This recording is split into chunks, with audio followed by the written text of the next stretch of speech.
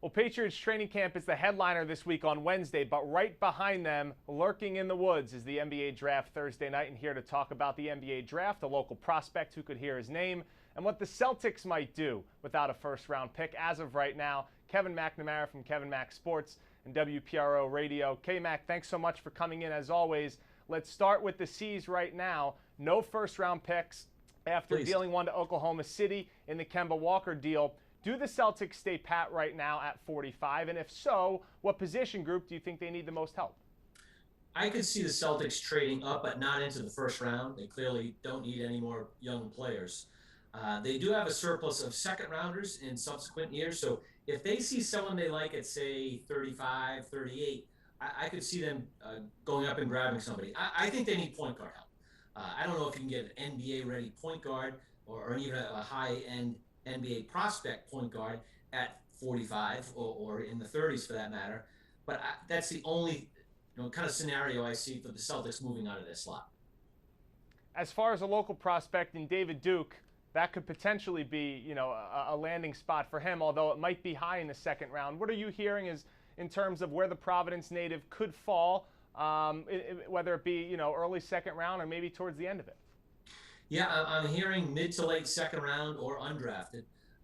It's a deeper draft than people think. There's an odd scenario right now. There's always a big influx of European players that you and I don't even know the names of, and there's also the G League super team with the 18 and 19-year-old kids who chose to bypass college altogether. Those guys are going to make up the bulk of the top 10 this year, and that kind of pushes everyone else back to the point where college guys, the best college seniors, for example, like a Luka Garza from Iowa, they now say he's probably not even in the first round. So if that tells you something, he's the college player of the year, probably a second rounder. So I think it's going to be competitive for David to be picked. That said, I know he's taken recent visits to several cities, Oklahoma City, Utah, Denver, San Antonio. So teams are certainly interested and giving him a long look-see.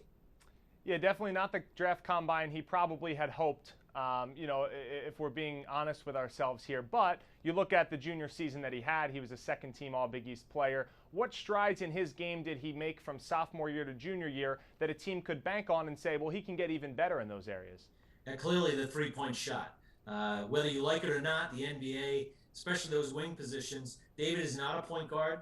I think local people had always assumed that he would morph into a point guard. He's not. He's a stud wing player with a great physical body. Should be able to defend at the NBA level if he lands in the right circumstance. But if he can't make three-point shots, he cannot stick in the league. And clearly, his three-point shot over the course of his Providence career got much, much better by the time last year. He was certainly a major threat from downtown. And as far as the draft overall, who do you see as being the consensus number one overall pick? For a lot of people, it's Cade Cunningham, but you could make the argument about a few others. Yeah, I like Cade Cunningham. I think he will be the consensus number one. It's kind of what the NBA is looking for now. The 6'8", the 6'10" guy who can shoot threes. It's bizarre. It doesn't make any sense to me, in all honesty. But that's what he is. I like Jalen Suggs from Gonzaga quite a bit. He's clearly going to be a top 5 pick. And the Mobley kid out from Southern Cal is more of a traditional big, a little taller than Cade Cunningham, but of course, he can shoot the three as well. All right, and then a sleeper in the draft. There's a lot of good mid-major guards there. There's some European prospects as well. Who did you watch last year that you think could make an impact, whether it be year one or maybe a project in a couple years down the line? Davion Mitchell from Baylor is kind of an underrated, I shouldn't say an underrated player because his team won the national title. He'll be a top 10 pick.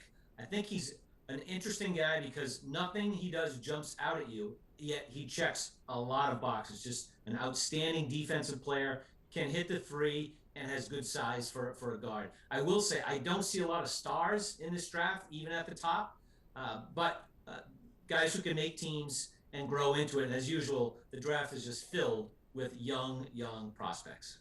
And one final thought on the Olympics here. Is it time to panic yet for Greg Popovich's squad, or do we just continue to hear the excuses about, this week it's the NBA Finals guys and Chris Middleton and Drew Holiday and Devin Booker just came to town. Give us some more time to try to incorporate the new pieces. We should have done the entire segment on Team USA. It's disastrous. Greg Popovich is the wrong coach. He wants to put in a system. You can't put a system in with three guys who just got off the plane from Los Angeles. It's ridiculous. Drew Holiday lands in Tokyo and is put into the lineup right away and is the best player in the team. It doesn't make any sense. Devin Booker, who rode on the same plane with him, ends up taking the clutch shots in the last couple minutes. What did they do with these guys in the last 3 weeks? Like Jason Tatum. I'd much rather have a fresh Jason Tatum out there than Devin Booker, who just took a 14-and-a-half-hour flight. Makes no sense at all. It's a wake-up call. I will say there's several good teams. Spain, France is loaded. Look at the roster.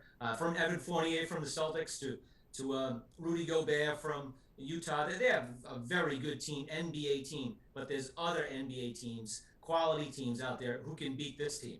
Well, the USA better beat Iran and the Czech on Wednesday and Saturday, respectively, or else they'll be out before the knockout stage begins. Yeah, I like their chances against Iran. I think the last time I checked, the spread was 38.5. But, who knows?